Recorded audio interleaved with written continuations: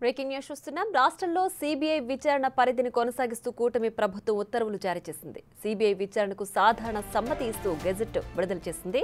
CBI పరిధిలో నిర్దేశించిన నేరాల విచారణ కోసం రాష్ట్ర ప్రభుత్వం నుంచి సాధారణ అనుమతి తీసుకోవాలని స్పష్టం చేసింది.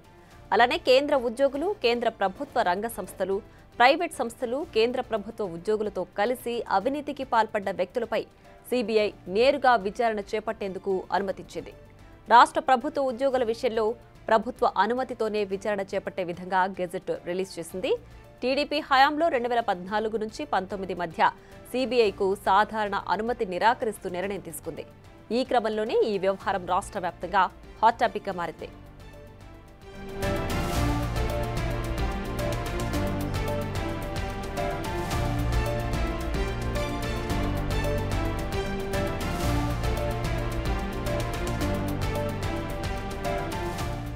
ఇక మరింత సమాచారం మా ప్రతినిధి శివ అందిస్తారు. Shiva, over to you.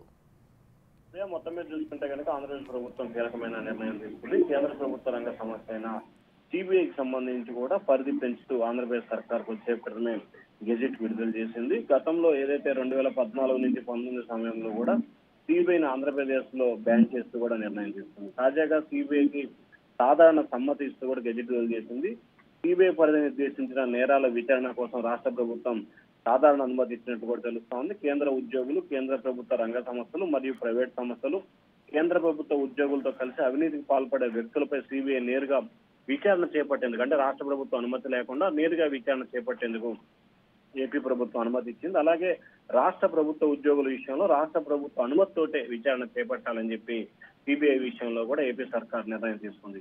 అలాగే ప్రధానంగా చూసుకుంటే తాజాగా విడుదల చేసిన సిబిఐకి సంబంధించి కూడా రాష్ట్రంలో పూర్తి స్థాయిలో అనుమతిస్తూ, అంటే రాష్ట్రానికి సంబంధించి ఎక్కడ ఏ అంశానికి సంబంధించినా ఎటువంటి ఫిర్యాదులు వచ్చినా, ఎటువంటి అనుమానం ఉన్నా స్వతంత్ర ప్రతిగల సంస్థకి సంబంధించి పూర్తి స్థాయిలో విచారణ చేపట్టే అధికారాన్ని సిబిఐకి ఇస్తూ కూడా ఆంధ్రప్రదేశ్ ప్రభుత్వం కొద్దిసేపు క్రితమే గెజెట్ విడుదల చేసింది. ప్రియా.